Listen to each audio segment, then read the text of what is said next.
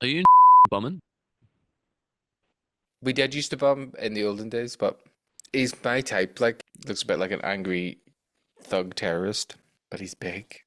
You're gay. You're gay first. I can't really be annoyed fixing anything. That's okay. You've got your microphone on, so it's all good. It's a nice day. You take your injection? I don't know why I like keep putting it off. I'm not like I don't feel like I'm nervous or anything, but still have like a couple of bums and stuff there.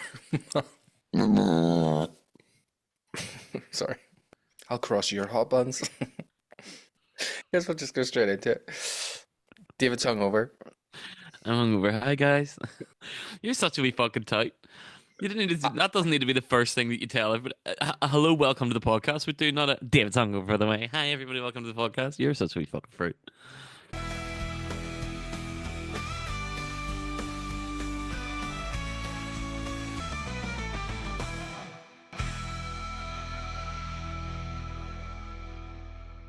Hey everybody, and welcome to. Oh my God, I haven't even thought of what the introduction is. Oh, okay. So Damn it, I just wanted to go for I thought you were gonna just wing it. Go.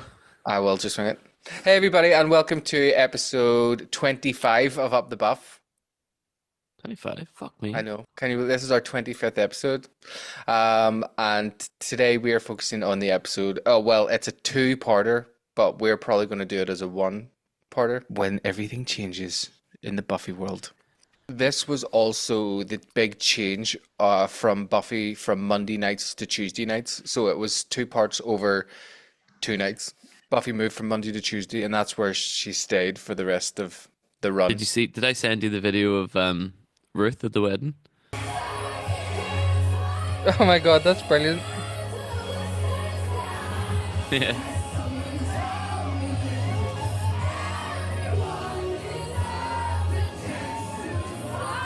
Fly! It was a I love listening to Northern Irish people sing in a group. Flay! It was also a karaoke night. Sorry, I need to play that again. First, that just tickled me. Fly! Fly! Don't be fly! Oh my God, remember calling someone a fly off? Yeah. So this week we are doing Surprise and Innocence, and Surprise aired on January 19th, 1988, and it's written by Joss Whedon and Marty Noxon. The fate of the world is at stake when Spike and Drusilla gather to dismember body of the judge, a demon with a deadly touch from the ends of the earth as their ultimate weapon to extinguish the Slayer. Meanwhile, Angel's ability to feel human emotion is in jeopardy when he and Buffy share an intimate moment. That's a bit of a fucking spoilery one. She's got a deadly touch. Deadly touch, always deadly. He's deadly, but sure. Let's jump into this episode. So we start the episode with Buffy tossing and turning in her bed, and she wakes up to get some water. And there's no water in her wee cup, so she decides to go to get a wee glass of water. Sorry, This is I lost so. my Are I you lost just my going to describe every second of the show? I lost my place in the notes in my note there, and I just was then trying to frantically search where we were. Okay, so we start the episode with Buffy tossing and turning. She wakes up to go get a glass of water, but as she goes into the hallway, we see that Drusilla is behind her. So automatically, we kind of know that she's in a dream. Treatment. She goes into a room, which turns out to be the bronze, and she sees Willow, and the Willow speaking French to the monkey. And this is a callback. Do you remember when Oz says that monkeys only spoke French? She sees her ma, Joyce, with a mug and a saucer, and Joyce is like, Do you really think you're ready, Buffy? What? as she drops like the plate and it smashes. Buffy turns around and sees angels through the crowd, and as they get closer together, Was the smash plate a symbolism of her? virginity. No, that it represents her back doors. Angel would never hit it from behind. He's too clean. Angelus would, but Angel wouldn't. Hit it from behind. Yeah, that's what Yeah. straight people say. So Drusilla appears behind Angel and she hits it from behind and she takes him and he turns to dust and Drusilla's like, Happy birthday, Buffy! And then Buffy wakes up. When do we get rid of her? I loved like the non-dreamlike quality of the dream and Yeah. how it wasn't overly like, Vaseline lens, and it really felt like a real dream that you have where you go in from one room to another and you're still like wearing your pajamas or Yeah, it has that. Yeah, this is normal, real world quality. We're in a dream where nothing is weird. Yeah, even though everything's fucked. Yeah, it was good. I like that. I loved it. We cut to Buffy knocking on Angel's door, and he's all shirtless and sexy, and Buffy's checking that he's okay because she's obviously emotional from her mad dream. And she Hmm. tells him that her dreams about the Master came true, so she's worried that Drusilla is still alive. Hmm.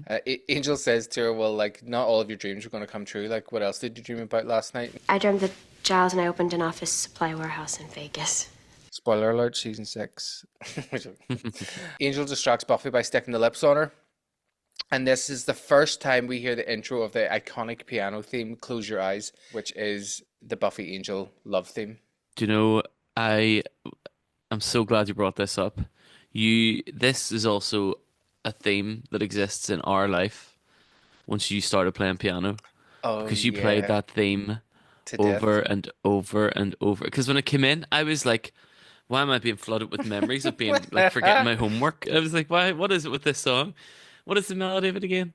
Hum. Bam, bam, bam, bam, Da, bam, da, bam, da, bam, da, bam, bam. Yeah, I remember you playing that all the time. I was always like, just, and it's such a really good, sad piece of music, to be fair. It is brilliant. Christoph Beck, who's doing the score, Wait, where was uh, he? he was away. So he was. No, he just wasn't doing this. And I think this was Christoph Christoph Beck? Beck's first. Is there a joke there that I'm not getting? Was in he was away, so he's back. Oh, okay, sorry. That's what. So where was he? Oh, I was like, I don't know. He probably had another job or Well, something. your sentence was We your have sentence Christoph was Beck. Oh, I get. Yeah, sorry. Anyway, so we hear that theme, and this is something that as we go into the second half of the season, I just think the score is so good, and we start to get like repeated character beats. So we'll hear like a Buffy theme. There's a Giles Jenny kind of theme that that's repeats. good. Buffy's wearing so many rings that she's basically got a fucking homemade knuckle duster on. Buffy and Angel are going with each other loads, and we're starting to get the idea that that's building up towards something. Bow, chicken, wow, wow. Hmm. Um, and Angel asks Buffy what she wants for her birthday, and she says, "Surprise me," which I guess that's where we get the name of the episode. And I actually started kind of tearing up during this part. I think because I knew what was coming. I don't know why it made me emotional. It maybe was just like, Because you're gay. it's probably like trauma response. Angel and Buffy say something like, "Oh, it's getting hard." That part where you leave at the end of the night is like harder to say goodbye. And I think Angel says, "Oh, the morning time, this is like bedtime for me." And Buffy's like, "I like you at bedtime." And I love that this carries on into the next scene where like Willow's like walking with Buffy, and she's like, You actually said that? I know. and I love this conversation between Buffy and Willow because it's very like it's so non-judgmental and it's like really like real friends. And like Yeah. Willow's giddy for Buffy, which I really like when she's like, "Wow, wow, like you're gonna shag him, oh, wow." Wow. Shag Um, him. you're gonna shag Angel. Um, and I just yeah, I love the representation of their friendship here because I remember you saying in season one, like you just want more moments where it's like them just being friends. Living, just being alive. Yeah. I like that in the midst of all of this build-up, they're taking us still into their friendship Yeah. because that obviously continues into the second part where Willow is the one kind of who realizes what's going on with Buffy and has to shut Giles up like multiple times. And it just gave me a wee flutter just for thinking about all the guys I must have talked about wanting to ride and you having to be forced to listen to me talk about them. No, but I love this one, David. It's different. Look, he's married, yes, but he will tell his wife and his kids soon. And his kids are in our class. Oh my God, you literally read me for filth, sis. Buffy asks Willow what she should do, and Willow says, "Well, what do you want to do?" And I love that we do get a kind of responsible moment from Buffy here when she's like, "Want isn't always the right thing to do. To act on want can be wrong." And I like seeing this kind of responsible approach to like losing your virginity without being too preachy about Yeah. like the negative things of sex. But I also love when it's like so obviously you're trying to just like you know what you're going to do, but you're just saying the counter argument anyway. Just so you know you said it out Yeah, loud. that's it. I tried. And Willow repeats what Buffy told her in the very first episode. She says "Carpe diem," and Buffy's like "fish of the day," but Willow's like "not carp, carpe." We see Oz and Willow, and I love that we're getting into their little. She so clearly has a crush on him, which I think is it's cute because it's not like she fancies him the way Buffy talks about Angel. She just it's such a cute crush. It's like so pure or Sweeter than something. that, yeah. But we get a great joke from Buffy here when Willow's like, "Well, I'm kind of unsure because he's a senior," and Buffy's like, You think he's too old because he's a senior? Please, my boyfriend had a bicentennial. That was a good joke. which I thought was quite good. Buffy finally lays the smackdown of truth on Willow, and she's like, "You can't wait your whole life waiting for Xander to wake up and smell the hottie." Yes, bitch! I love that she's such like a cheerleader for Willow, and she's like, "You're hot, chick." But Totally get without it. patronizing her, without doing that Yeah. thing whenever your mates are like, "You're not fat," and you're like, "I have literal tits. I I literally also have sweat under my tits, and I'm a man, so it's okay." It's not even that. Like, I would hate like when it would be like, "You're not fat," and I was like, "I have eyeballs. I can't see my penis. I know that I'm fat." Willow goes over to Oz and they make some small talk. And I love how Oz approaches asking her out because he says to her, I'm gonna ask you to go out with me tomorrow night. And I'm kind of nervous about it, actually. and Willow's like, "Well, if it helps, I'll say yes." And he asks her out, and Willow's like, Oh, I can't. and he's like, "Okay, I like the element of surprise." I just love this whole scene with him. It was so cute. It was great. It was very. Um, It was just very nice. It felt very. It felt very like this is Buffy and Angel feels like a very 90s romance. Do you know what I mean? It's all very yeah, heartfelt. They're all beautiful. It's all romantic. It's all really big stakes and all this stuff. Big stakes. big stakes. Oh Big my stakes and all god! that. Oh my god. Big stakes and all that stuff. Whereas whenever I'm looking at Willow and Oz, it feels like a genuine high school romance. Like they're Yeah, awkward. They are a bit sweet. They are shy. And also Oz is I fancy him so much. He's so yeah, charming. I would have wanted to be his mate so much at school. I would have wanted to be his friend, yeah, not yeah, fucking Sander. yeah. I wouldn't want to be fucking Xander either. Yeah, you would. Xander would have been fucking me in the drama green room. All I'm good at is being a nasty bitch. Willow says she can't go on the date with Oz because it's Buffy's birthday and they're throwing her a surprise party. But Willow suggests that they go together and he goes as her date. And then when she walks away, she's like, "I said date." It's like so cute, It's very sweet. so cute. It is very sweet. I would have been like, "Can I your after school at the lockers where you put the money in your lunch card?" I forgot about that stupid machine. Remember that machine? Yeah. Fuck's sake. Your memory's wild. I Your know memory is wild. it is crazy. It's Xander and Cordelia are at the lockers, and I love this shot, like through the locker. They do this a few times in Buffy, but I just love that it's an original shot where it's like they open You're the in door. the locker? And, yeah, yeah, We're yeah. in the locker. Okay, yes, I know. I like that. That's a good shot. I I can really see it in my like. mind's eye. Well, just because she's Miss Save the World and everything, you have to make a big deal. I have to cook and everything. And she's like, "I'm chips and dips girl." And Xander's like, "That's not cooking." And she's like, "Yeah, well, I have to open and stir and shop and carry." And Xander jokes to her, he's like, "Well, you should have someone who does such things for you." And she's like, Well, that's what I've been saying to my father, but does he listen? Xander suggests that they go together. This thing that they're doing keeps happening, and maybe they should admit that they're dating. And Cordelia's like, "Groping in a broom closet isn't dating. You don't call it a date until the guy spends money." Um, and I love that she says to him, "Of course, you want to tell everyone you have nothing to be ashamed of. I, on the other hand, have everything to be ashamed of." She just is on fire in this scene. I mean, and people are probably getting sick of us saying it, but like Cordelia is just MVP Yeah, all the time. just amazing. Giles bumps into Xander in the hallway and he checks that everything's ready for the party. And we see Jenny and Buffy come down the stairs. Giles says, "Now remember, discretion is the better part of valor."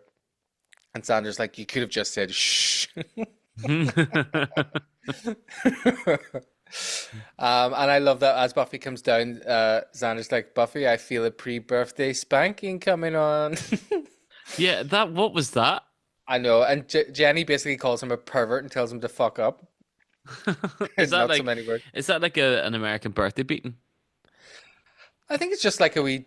a wee joke. I feel like that's something I would totally say if I like came into your house and it was your birthday. I'd be like, "Oh, who's ready for the birthday blowjob?" You know, and you're laughing because you know that's exactly something I would say.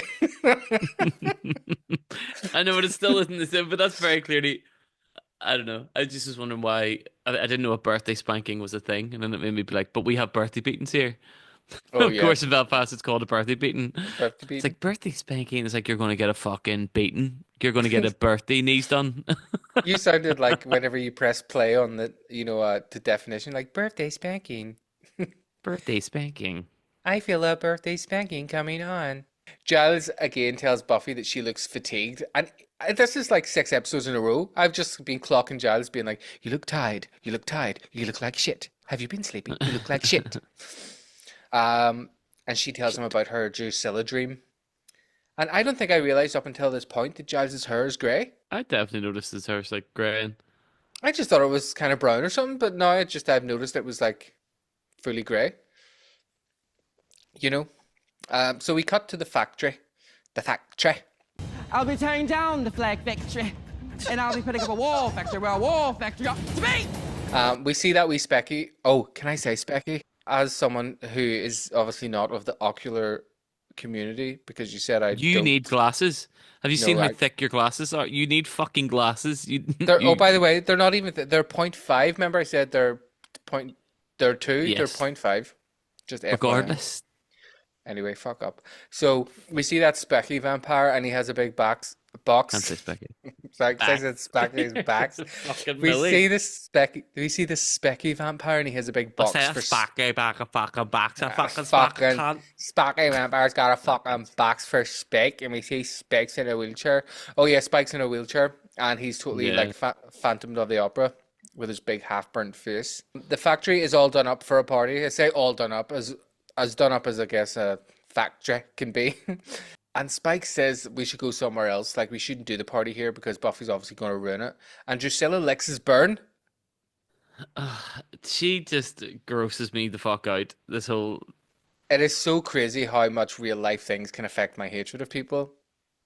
Drusilla has a meltdown when she sees the flowers of the party, when she's like, "He's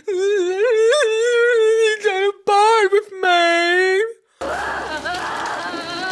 Let's try something different with the flowers then. I just don't look. I just think that's shite acting.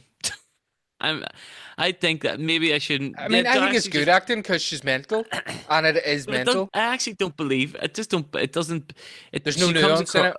Yes, I feel like it's just so like one-dimensional or something. There could have been a bit more like. I feel like could you imagine someone like Olivia Colman doing that role? She would do that. She would still be mental and still be that out would be there, but class. she would have created She'd be like like, a really. I don't like these Yeah, flowers. that's it. Like even that would have been more nuanced because you're kind of like, yeah, what you just did there was even that would have been even better than what your woman Drusilla did. So it was like, I just was, And the BAFTA goes to.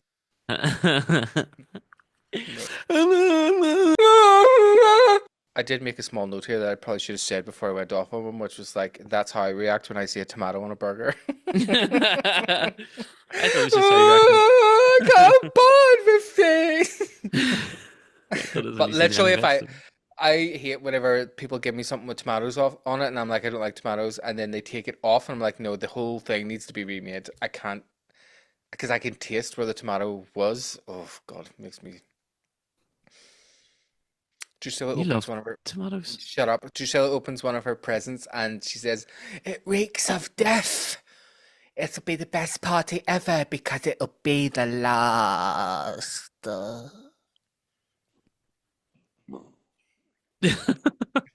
So we cut to Buffy's house, and Joyce says, "Don't forget Saturday. We're going to go to Farside, and I'm going to buy you whatever you want for your birthday." Joyce asks if she feels any different because it's Buffy's birthday. She's 17. Oh my God! What's her date? What's her birthday date then? What's her date of birth? Not her date of birth. What day is her birthday? Oh, it is the 28th of January. I think it was retconned. It was the 10th of October or something, but it's changed like 3 times. But I'm pretty sure now it's the 28th of January. Joyce asks Buffy if she feels any different, and Buffy says, well, funny you should ask, Chick, because I feel more responsible and mature and level-headed, and can you please let me get my provisional license, please? Do you really think you're ready, Buffy? And she drops the plate just like in Buffy's dream. OMG. We cut to Jenny setting up her classroom, and a man approaches her and he's like, Jenny Calendar, you look well. He is out of Ghost. That's right. Sorry. He's the scary guy in the Guy subway in in Ghost. Ghost. Yeah, that's You're not it. supposed to be here! Or something You're like not that. here. He's so good, though. He's in millions of things, but I remember him in that, and he was so frightening. I have a question, Tony. Yes. So, when you were a kid, let's say primary school age, was there, and this is only because we're talking about ghosts that's got me this question up, was there any show or movie that you seen that was a PG show or movie that you could have watched at your age but scared the absolute fucking shit out of you? I have an answer for this to give you a wee second to think about it. Yes. There are two of them. First, Who Framed Roger Rabbit? Yeah, when Christopher Yep. Lloyd becomes the cartoon, and he's like, Uh-huh. "Ow," and he starts getting melted and And he stuff. melts. Scared the shit out of it. And when they put the wee in the, what do they call it, the stink or something? Yeah. Is it a wee bird or something, or he kills one? It was so dark, that, and at the end of Ghost, when the demons come out. Yes, the exact same two things. Like was I used to have honestly- nightmares about like when the ghosts would come to get Come you to out go with- to hell. Yeah, that scared me because that felt like real. If it was all Yeah. fire and brimstone, it would have been like, Although Ghost It was wasn't almost- PG. was it not? No. Not even just saying those two just because you said them, but literally those two things. It was a real 90s fucking scary. Who But Framed also- Roger Rabbit? But Fuck me. also Legend with Tom Cruise and Tim Curry plays the devil. I've never seen it. Oh my god, he is the scariest devil ever, and he had these big, mad, like shiny black horses. I've seen his.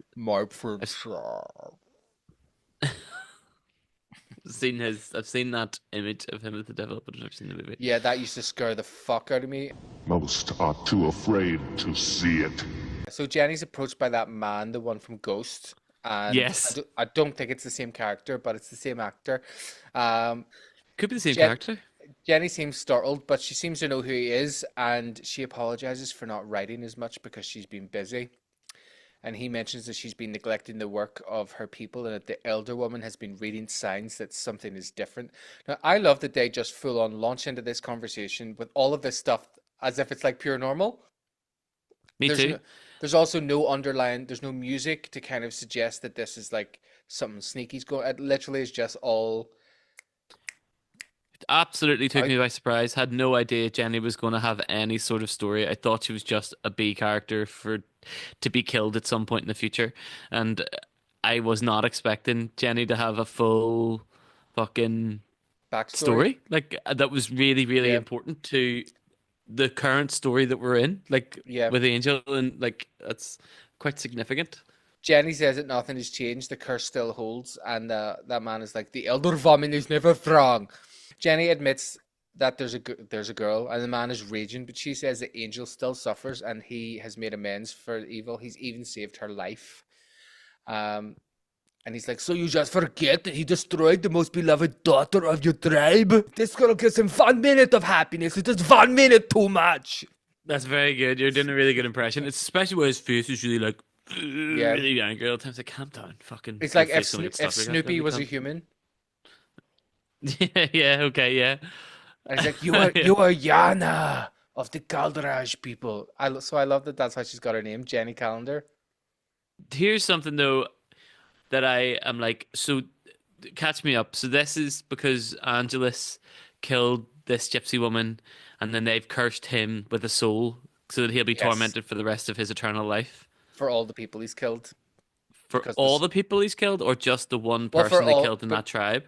No, it's because the 'Cause- soul will give him the recollection. Like he will have to Of deal the with people the that he's fact killed? of, yeah. Yeah, So it's okay. it's like a guilty conscience that vampires don't have.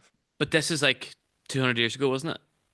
This would have been just over 100 years ago at this point. 100 years ago. So isn't it mad that the person that he killed in their tribe is more important than everybody who's ever going to ever be born in that tribe ever again? Because Jenny Callender's whole life has to be about. Do you know what I mean? Yeah. Like everyone has to create vengeance on Angel. I'm just a bit like, I don't even. It doesn't really matter. At this point isn't really going anywhere. I just thought, like, isn't that quite sad that you have to now live your whole fucking life based on because just some wee bird got fucking chopped up one time ages ago. I don't even think he chopped her up. He literally just gave her and him and Darla just ate her. Yeah. You are Yana of the Galdaraj people. And it really conflicts me because I'm like, it makes you wonder then if everything Jenny has done so far has had ulterior motive, which obviously it's had an overarching ulterior motive, but it makes me more annoyed at the fact then that when she was like raging at Giles, Yeah. even though Yeah, it's a 'cause she's different kind of acting. thing, but it's like, Yeah, no, yeah, okay, yeah, no, but I can believe it though. She could still be like, because I feel like she's just getting caught up yeah. in with as she's there. So she's arrived with alternative motives, but now she's like she's defending Angel and stuff Yeah. to her uncle and blah blah blah. Blah so In the library, Buffy is telling Giles that her ma broke the plate just like in her dream. And that's when Willow comes in and she's like, "It's happy birthday, Buffy!" It's not happy birthday, Buffy. Giles tries to comfort her by saying that dreams aren't prophecies, and he suggests that Buffy comes back later.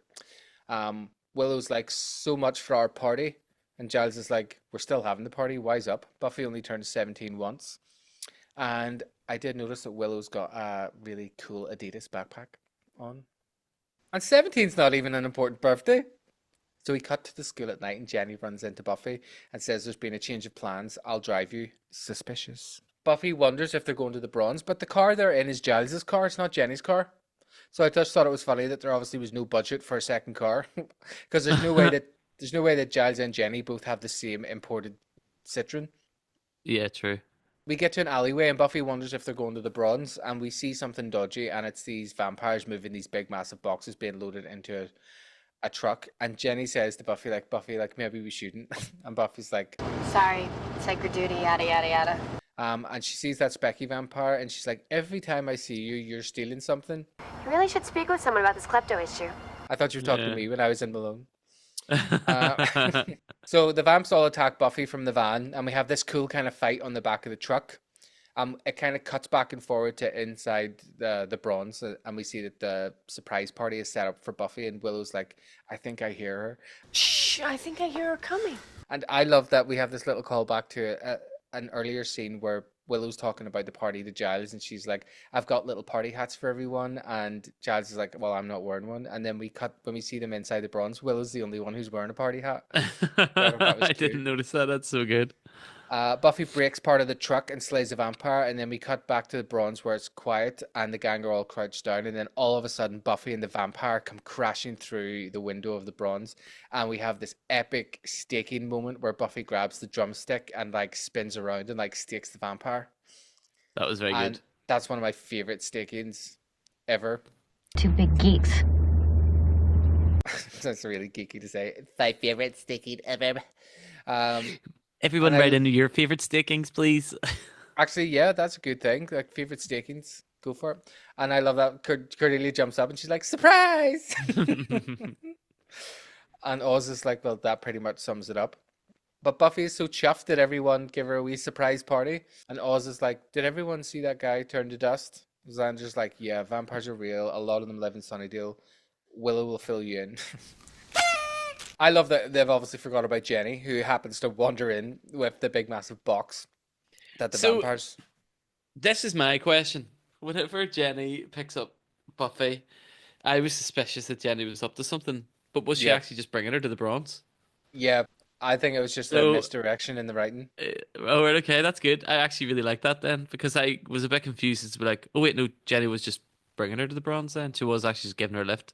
She was Yeah. doing the thing to make sure she got to the surprise party in time. Like that time I was surprised on my 18th birthday and you were trying to get me not to go back to my house. And I was like, is it because of the surprise party? And you're like, what surprise party? And I was like, it's very obvious surprise party. I hate them. I've told you all never to give me a surprise party. Please don't do this. And then I made you walk in first. And That's then right. everyone in the house said surprise to you and went, Yes. surprise! Oh, surprise! And I ruined the surprise on them because I was raging because I fucking hate parties. The Grinch! Isn't it funny how surprise parties are really more just for the people that are planning it?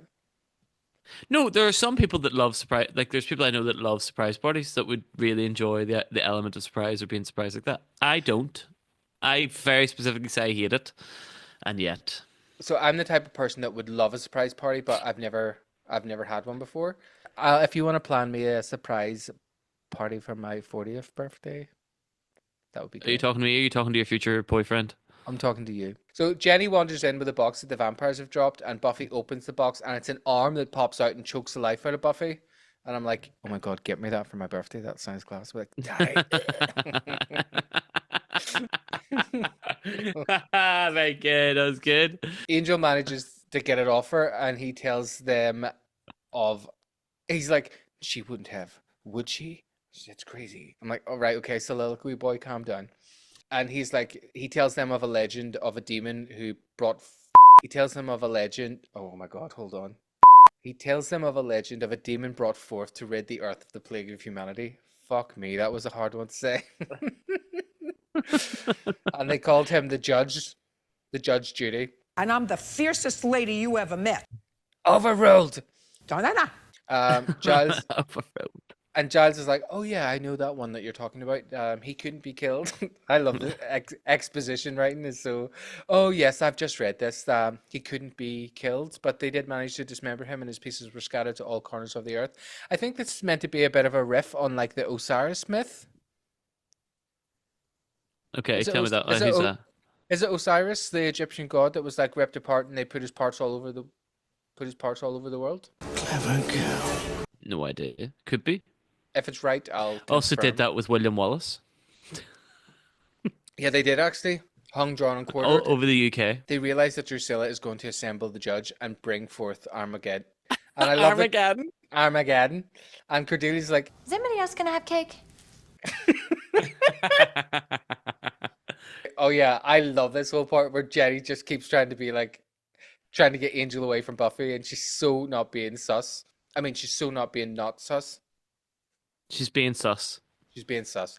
Jenny suggested Angel should take the box out of Sunnydale because it's not like Buffy can skip class for a few months. I'm like, she skipped it for a few years at this point, so I really wouldn't be worried. We need to get this out of town. Angel, What? you have to do it. You're the only one that can protect this thing. What about me? What, you're just gonna skip town for a few months? Months? She's right. I gotta get this to the remotest region possible. But that's not months. Angel says, and Angel's like, well, I don't really like that I have to do this, but I'll do it. And Buffy's like, but it's my birthday. And literally between Buffy and Angel, Jenny pops her head in and she's like, I'll drive you to the docks. I'm like, fuck off, Jenny. I'll drive you to the docks. It's like a comedy moment, you know, someone just like popping their head in. I'll drive you to the docks. Fuck off. We cut to the dock, and Angel and Buffy walk hand in hand, ready to get onto the Stena Line Superfast 7 to Crown Ryan. They're like, welcome aboard. Angel tells Buffy that he'll be back. She's worried that something will happen to one of them. He gives her her birthday present, which is a clatter ring. That is so in right now. That's so in. Well, everyone was obsessed with clatter rings when we were younger as well, and I don't remember if it was a direct response to Buffy or if it's just because we're Irish. It's definitely an Irish thing. It was It's cyclical. an H. 'cause- Samuel thing. He tells her that if you wear it with the heart pointing towards you, it means you belong to someone. And we see that Angel's already wearing one, and he's got the heart pointing towards him. Pointing towards him. I know. I seen that was lovely. Buffy kisses Angel's ring She did. because she does. It's weird. Buffy thought it was loves quite touch. sweet. She touches him all weird, and he tells her to put hers on, That's so weird. and she doesn't want him to go. And we get that beautiful Buffy Angel theme again, and they kiss goodbye. And Angel is seemingly about to tell her that he loves her when they get attacked by the Specky vampire who manages to get the box. And there's a vampire who's like attacking Buffy that throws her over the side of the dock into the water. Now Mm. the music here is great. Like Yep. there's like Very dramatic. a real level of danger. The stunt coordinations and everything I think is great. Buffy's hair's at a good level where it seems to be covering the stunt double's face. Like when Was that she's not? I thought David Boreanaz jumped in. I thought that was him. no, Was so it not? no, That was very good stunt double then. so we cut to the library. Giles says that they should have been back by now, and Willow says, "Poor Buffy on her birthday and everything." And Xander's like, "Oh, it was never going to work anyway." And get lists off all these reasons, and Willow's like, "You've thought about this like way too much." And I just am like, "Oh, Xander, your Joss Whedon is showing." Oh, zip. It just, yeah, your Whedon. It just, oh, I hate like because Xander is getting better. I hate when we have these like flashes back to when he's not better. He's shit. Yeah. Have I told you the part where I fly into town in my private jet and take Buffy out for prime rib? Xander. And she cries? But Buffy shows up and tells Giles that they got the box. He tells her Is that it just me, right? Or does it feel like, sorry to interrupt, I just had a thought there, so apologies for interrupting for your it. spiral. Not Does at it all. feel like, because we haven't really had any of this Sander getting on like this in a while, and now this episode's written Joss Whedon and Marty Noxon, and I'm wondering, is this something that he's like, no, we need to hammer in this bit where, because there is a payoff later on with Sander and Willow, but I don't think there needs to be any of this Buffy bullshit, because you're already setting up something else. I'm like, there was absolutely no need to introduce this Buffy crap, I don't think, and then it just mean anyway, that's all. And I just wonder, is that Joss Whedon fucking shoehorning that in the writing room at the time? Yeah, because see, to be fair, in the next two episodes, there are two parts, two more Buffy Xander parts that feel really they don't Shoehorned? belong there. Yeah, so it probably is just Joss Whedon to be honest. Um, So we're back at the library. yes, Buffy shows up and tells Giles that the vampire's got the box, and he tells her that the judge's touch can burn the humanity out of someone, and only a true creature of evil can fight it. What's the problem? We send Cordy to fight this guy and we go for pizza. See, I love it when he's doing it with her. When there's a Yes. when there's a red-a-tap between them two, I'm like, yes, great, thank God. Giles says it's going to take time to figure out like where the vampires are, where they're assembling the judge, and that's when Willow says, "Oh, well, we better do a round robin." And then she explains that that is where each of them rings the other one's parents and say they're staying at everyone else's house. And I just love that that is just, even though that's not something I would have maybe thought I needed an explanation for, I just do love that they put it in there because then it just covers I loved everything. it. I really loved it because it just answered the question of like, oh, the parents not asking where the fuck they are. So it was just one of those like little, here's just 5 seconds of dialogue and a very quick thing to just completely, from here on in, I now never need to ask why they can hang out there without seeking permission because you've just introduced it. I thought it was very good writing, and I bet you 50 quid it was Marty Noxon that wrote that. Yeah, most likely. I keep noticing, you're right, that the good bits that I like, I keep hearing Marty Noxon's name popping up as being one of the writers. It makes me assume that it's probably We love Marty. from. I love when Xander uses the phone to ring his mom. He's like, "Mom, hi, Xander." Sander, yeah. Yeah, that was good. And I was gonna say, do you know that happened to me before once with my mum when I rang her from YWAM and I was like, "Hi, mummy," and she's like, "Who's this?" I was like, "Tony." It's after 2 a.m. in the library, and everyone's researching, and Buffy's having a nap. I just thought that was kind of funny. Fair enough. She was in the fucking river or wherever, if they have a river. Or was it the docks? I'm It would have confused. been the dock, so I guess Sunnydale is on the coast. Buffy's having a nap, and Angel says, "Oh, she's been tossing and turning," and everyone looks at him, and he's like, "She told me." This is the thing. This is the thing I was talking about with you about. This is when it felt I had to remember that this is a show kind of aimed towards teenagers of a particular era, because it's all this like, ooh, like slightly talking about sex is so like, Yeah, but that wouldn't happen nowadays. Sex is like Sex Education was like such a big TV show that is aimed towards teenagers now, and yeah. it's like older Yeah, teenagers. Buffy would be in that library fucking doing lines of coke and riding Angel, being like, Yeah. oh. Be like But Euphoria. Yeah, but whereas like it's like him You're a and Planet cunt. No, you're a cunt. Why am I the cunt? You're the cunt! You're the fucking cunt, bitch! Anyway, I just thought that was interesting that that's a bit of a time period thing where like Yes.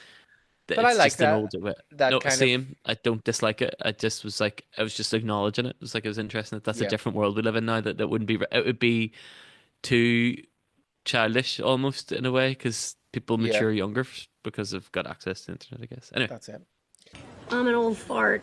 We fade into Buffy's dream, and she's at Drusilla's factory, Victory.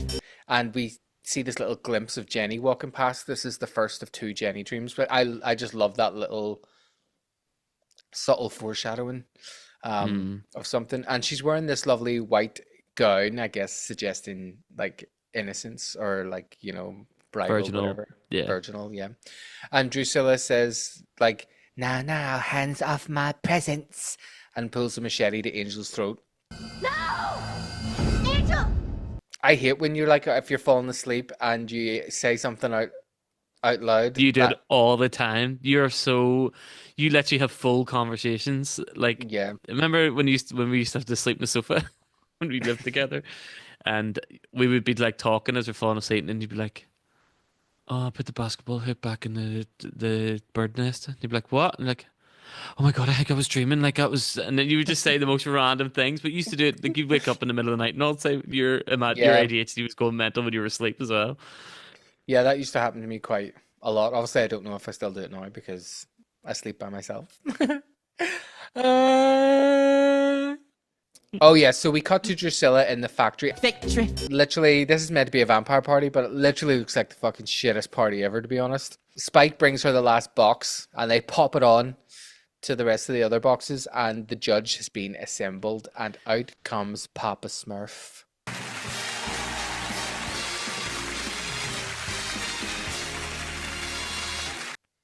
That box looks like a shit magic show box, doesn't it? Like Yeah. it's been all put together. It looks like a magic show you see in like off Broadway, off Vegas. I'm Off the also strip. curious how if the boxes are all complete, that even when you put them together, how does the head reattach to the body? How did that anyway? Magic. Yeah, so this big judge has assembled from his like Las Vegas magician box. Yeah. And do you recognize him? Oh, he's been in Buffy before. Yeah, He's in the first episodes. Yes, First Luke. episodes. First and second. He's been in everything too. He always plays Yeah. big bad guy. Yeah, he does. Always has that deep voice. I love the practical demon design of Papa Smurf here. Yeah. I love he comes out and he's like, says to Drusilla and Spike, "You two stink of humanity." And Drusilla offers him a wee party favor, and he picks the geek vampire, and he's like, "This one reads," or whatever. He's got like loads of feelings, and then he just burns him from the inside out. Homophobe alert! Are these vampires? These hoes have no loyalty. No. But which makes me be like, so why would you want to? You've just watched them murder one. Do you know what I mean? Why would you? I would be like, I'm maybe going to go because I might be like, oh, thanks so much. Can I just take a wee party bag? I'm going to head up. My mummy's looking at me. The judge says that in time he won't even have to touch. He'll be able to just like burn them. But for now, he needs contact. And then he burns that guy inside out. And the effects were quite good there, actually. They've really, really overpowered this dude, though. Really, he's quite an overpowered body for this one. Is so random. So Buffy knows where Spike and Drusilla are because of her dream, and Giles says, "Don't go off without a plan, half cocked." And I'm like, "Oh, Giles, you can be." I just love Giles saying cock. And Buffy's like, "Well, actually, I have a plan." And she's like, "Angel and I will go to the factory to do recon," and she tells them to check any places that the boxes might be coming into town, like bus station, the ferry terminal, airports. Sorry. Bus station, ferry terminal, airports. And Giles is like, "Oh, that actually is kind of a He good said plan." it exactly the same. He didn't change. No, how he I said had it. I had a burp. I know, didn't burp. Sounds the same, but So we cut to the factory, Victory. and Angel and Buffy are just wandering about. They just Yeah. they've obviously broke in, and they're just not showing us how. But they're just like wandering literally about like this. They're literally on the just going balcony. like, Yeah, down there. Hey, at your what are you party. doing? Hey, yeah, you having a party? Literally- Yeah, Buffy and Angel just wandering about, and we see that the judge obviously has been assembled already, and he can sense Buffy and Angel, so he literally turns around, senses them, and they get captured. I'm like, they deserve this, to be fair. The judge goes to touch Buffy. she manages to kick him, and Angel smashes down this big bunch of TVs. Yeah. I mean, it makes sense. Maybe like it's like a Maybe factory, it's a TV factory. TV factory. Yeah. Yeah, actually, maybe it's a factory. And they manage to escape into the sewer. Where they come up out of the sewer also logistically doesn't make sense to me because they go down in the hole and then they come up 2 meters away from where they went down, and they're in a graveyard, a completely different part of town. But YOLO, magic. Installation. Yeah, that's it. Again, it's raining again in LA. That's it. What fucking... Maybe this is just before they had a drought. Pathetic fallacy, but obviously they needed Buffy to get wet. It's raining and they get back to Angel's apartment and they are soaking wet. This is the second time they've got wet in this episode. Yeah. It's about to be a third. I was waiting on it. Angel gives Buffy a change of clothes and he tells her to get under the covers to warm up. I'm like, I've tried that one too, chick. You warm up, I'll be in a minute.